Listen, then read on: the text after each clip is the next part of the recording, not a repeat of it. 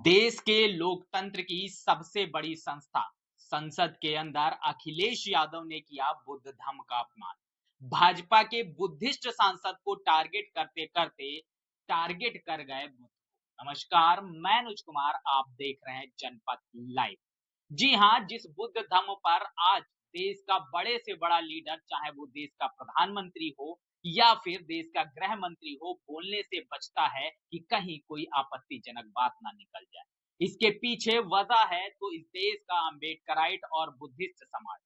लेकिन इसके बावजूद समय समय पर बुद्ध और अंबेडकर के प्रति लोगों का जातिवादी चेहरा नजर जरूर आता है। आपने पहले देखा किस तरीके से अमित शाह जी के द्वारा जिस तरीके से अंबेडकर अंबेडकर अंबेडकर का शब्द आया और उसके बाद पूरे देश के अंदर एक उबाल आया और उस उबाल ने भारतीय जनता पार्टी को झुकने पर मजबूर कर दिया। आज प्रधानमंत्री नरेंद्र मोदी वो बुद्ध की शरण में हैं और कह रहे हैं कि मैं बुद्ध की धरती से आया।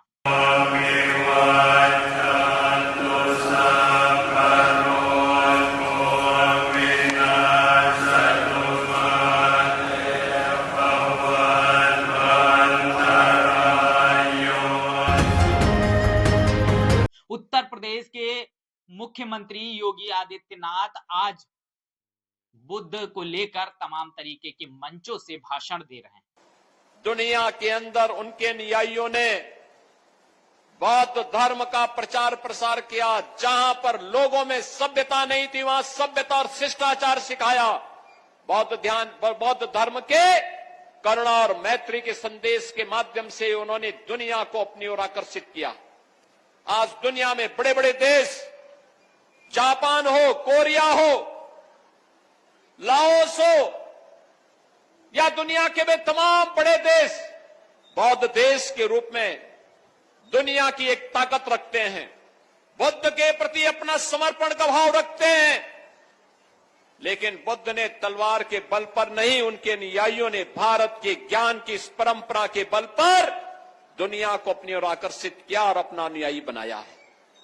ये भारत की ज्ञान की वो परंपरा है जिस समृद्ध परंपरा के साथ जुड़ने का सौभाग्य हमें प्राप्त हुआ है। लेकिन इसके बावजूद अखिलेश यादव ने सदन के अंदर बुद्ध धर्म को लेकर बहुत ही अपमानजनक टिप्पणी कर दी। शायद अखिलेश यादव की जगह अगर किसी अन्य नेता ने यह टिप्पणी की होती तो आज देश की सड़कों पर भूचाल होता, या फिर अखिलेश यादव ने यह टिप्पणी किसी अन्य धर्म पर की होती तो आज देश के अंदर उबाल होता। लेकिन अखिलेश यादव चूंकि विपक्ष में है, इसलिए उन्हें ये लाभ मिल जाता है कि वो बुद्ध और अम्बेडकराइट समाज को लेकर किसी भी तरीके की टिप्पणी कर सकते हैं और उस पर ये बुद्ध और बुद्धिस्ट और अम्बेडकराइट समाज कुछ भी नहीं बोलेगा। वजह है क्योंकि इस बुद्धिस्ट और अम्बेडकराइट समाज को ये समझाया जा रहा है कि आपकी लड़ाई सिर्फ समाजवादी पार्टी और कांग्रेस लड़ रही। लेकिन इसके बावजूद समय समय पर कांग्रेस और समाजवादी पार्टी के द्वारा इस देश के अम्बेडकराइट और बुद्धिस्ट समाज को उसकी हैसियत दिखाई जाती। जिस तरीके से राहुल गांधी ने मान्यवर कांशीराम साहब को सिर्फ दलित भावना से कंपेयर कर दिया, कांग्रेस लगातार बाबा साहब पर एहसान जताने की बात करती, वहीं समाजवादी पार्टी के द्वारा लोकतंत्र की सबसे बड़ी संस्था देश की संसद के अंदर हम बुद्धिस्ट समाज को लेकर, बुद्ध धर्म को लेकर बेहद अपमानजनक टिप्पणी की गई। सबसे पहले वो वीडियो आपके साथ साझा कर रहा हूं जिसमें अखिलेश यादव ने बुद्ध धर्म को लेकर बेहद अपमानजनक टिप्पणी की। महोदय, मंत्री जी बताएं हमें, वो खुद भी माइनॉरिटी हैं, भगवान बुद्ध के रास्ते पे चलते हैं। भगवान बुद्ध का रास्ता दूसरा है। हम आपको अपना मानते हैं तब भी जब आप हमारे बहुत सारे ग्रंथों को नहीं मानते, तब भी हम आपको अपना मानते हैं। आप हमारे पुराणों को नहीं मानते हैं, आप हमारे उपनिषदों को नहीं मानते हैं। लेकिन सोचिए, हम हिंदू वो लोग हैं जो आपको स्वीकार करते हैं और गले लगा करके चलते हैं। अब मैं दूसरे धर्म पे नहीं जाऊंगा, कोई नाराज हो सकता है।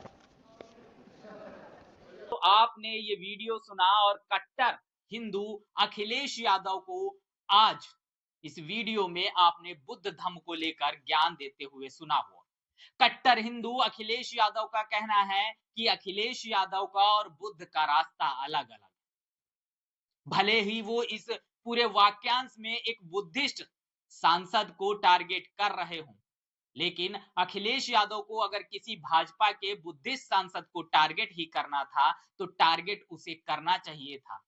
सिर्फ बुद्ध धम्म पर इस तरीके की अनर्गल टिप्पणी ये अखिलेश यादव को शोभा नहीं देता। और शोभा क्यों नहीं देता? क्योंकि ये वही अखिलेश यादव हैं जिन्होंने जब मुख्यमंत्री आवास छोड़ा तो उस मुख्यमंत्री आवास को पवित्र करवाया गया। अखिलेश यादव जब एक मंदिर के अंदर जाते हैं दर्शन के लिए तो उस मंदिर को धुलवाया जाता है। और इस बात को अखिलेश यादव ने खुद स्वीकार किया कि वो शूद्र हैं और इसीलिए इन मंदिरों की और जो मुख्यमंत्री आवास है इसका शुद्धिकरण कराया गया। उस वक्त तो अखिलेश यादव को अपने शूद्र होने की अनुभूति प्राप्त हुई थी। जब कन्नौज में एक मंदिर में गया था, मैं कन्नौज में मंदिर में गया था, कन्नौज में एक मंदिर में गया था मैं, उस मंदिर को गंगा जल से धोया गया था। जिस मुख्यमंत्री आवास में पूर्व में बहुत सारे मुख्यमंत्री रहे, हटे, किसी ने भी मुख्यमंत्री आवास को गंगा जल से नहीं धुलाया होगा। इस बीजेपी के लोगों ने मेरे जाने के बाद उस मंदिर को धुलवाया था गंगा जल से, मुख्यमंत्री आवास को गंगा जल से धुलवाया था। एक बार मैनपुरी में भी इसी तरीके से धुलवाने का काम किया था। लेकिन आज उन्हीं अखिलेश यादव को फिर से कट्टर हिंदू बनते हुए आपने सदन के अंदर देखा। और कट्टर हिंदू बनते हुए उन्होंने कहा कि बुद्ध का और मेरा रास्ता अलग अलग। बुद्धिस्ट लोग यानी बुद्ध धम्म को मानने वाले लोग हिंदू धर्म के पुराण, उपनिषद और इन तमाम चीजों को नहीं मानते, लेकिन इसके बावजूद हम उन बुद्धिस्टों का सम्मान करते हैं, उनको गले लगाते हैं। आप सभी जानते हैं बाबा साहब भीमराव अंबेडकर ने बुद्ध धर्म को स्वीकार किया था क्योंकि इसमें गैर बराबरी नहीं है, इसमें छुआछूत नहीं है, इसमें जाति व्यवस्था नहीं है और मैत्री, करुणा, ये तमाम रास्ते, सद्भाव का रास्ता, समानता का रास्ता बुद्ध धम्म का रास्ता है, अहिंसा का रास्ता बुद्ध धम्म का रास्ता है। लेकिन अखिलेश यादव वोट की राजनीति में इतने अंधे हो गए कि उन्होंने बुद्ध धम्म को लेकर जो टिप्पणी की है, बेहद अपमानजनक टिप्पणी की है। लेकिन इसके बावजूद अखिलेश यादव के पर ना तो किसी अम्बेडकराइट और ना किसी बुद्धिस्ट की तरफ से किसी भी तरीके की कोई टिप्पणी आई।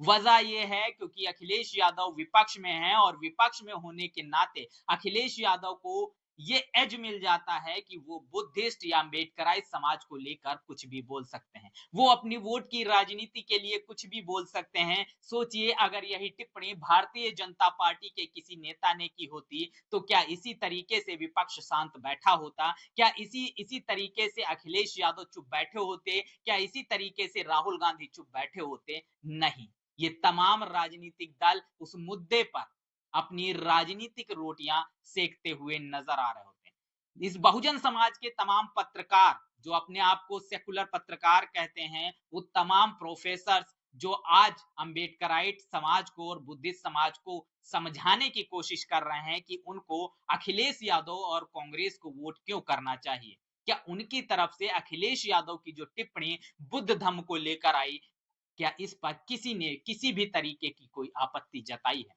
नहीं, क्योंकि आपत्ति अगर जता देंगे तो अखिलेश यादव उनको राज्यसभा नहीं भेजेंगे। अखिलेश यादव की तरफ से जो राजनीतिक लाभ उन्हें मिल सकता है वो राजनीतिक लाभ उनको नहीं मिलेगा। लगातार सत्ता पक्ष हो या विपक्ष हो, लगातार इस देश में दलितों के, बहुजन समाज के महापुरुषों को टारगेट किया जा रहा है और उनकी छवि को कहीं ना कहीं धूमिल करने की कोशिश की जा रही है। अखिलेश यादव ने सदन में जो बुद्ध धम्म को लेकर जो बयान दिया कि बुद्धिस्ट हिंदू धम्म के पुराण, उपनिषद और तमाम चीजों को नहीं मानते, इसके बावजूद हम उन्हें गले लगाते हैं, कहीं ना कहीं एक नफरत का बीज बोने की एक कोशिश की गई। जिस तरीके से राणा सांगा के मामले पर रामलाल जी सुमन द्वारा बयान दिलवाकर दलित वर्सेस राजपूत कराने की एक कोशिश की गई। तो कहीं ना कहीं देखा जाए लगातार कांग्रेस जिस तरीके से बाबा साहब पर ये कहती है कि कांग्रेस अगर ना होती तो बाबा साहब कुछ नहीं कर पाते। राहुल गांधी ने खुद कहा था कि मान्यवर कांसी राम साहब दलित भावना के अलावा कुछ भी नहीं। इन्हीं राहुल गांधी ने कहा था कि जब हमारा बेहतर समय आएगा हम आरक्षण खत्म करेंगे, और वो आरक्षण तेलंगाना सरकार ने खत्म करना शुरू कर दिया।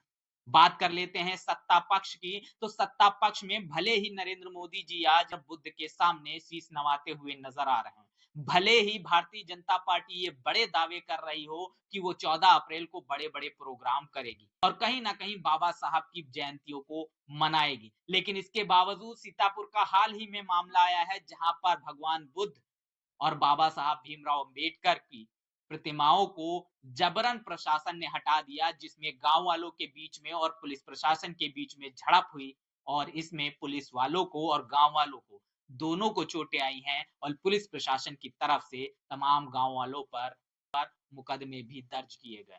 कहीं ना कहीं देखा जाए सत्ता पक्ष हो या विपक्ष हो, लगातार इस देश के अम्बेडकराइट बुद्धिस्ट और बहुजन समाज को उसकी हैसियत दिखाता है, लेकिन इस अम्बेडकराइट और बुद्धिस्ट समाज की राजनीतिक पार्टियां जब तक मजबूत नहीं होगी, शायद ये अम्बेडकराइट और बुद्धिस्ट समाज उस तरीके से अपने आप को सुरक्षित महसूस ना कर पाए। बहरहाल इस तमाम खबर को लेकर, अखिलेश यादव के बयान को लेकर, नरेंद्र मोदी और योगी आदित्यनाथ जी के दिखावे को लेकर आपका क्या मानना है? कमेंट में अपनी राय और प्रतिक्रिया जरूर दर्ज करिए। बाकी बने रहिएगा जनपथ लाइव के साथ। मिलेंगे दूसरी वीडियो में, तब तक के लिए धन्यवाद।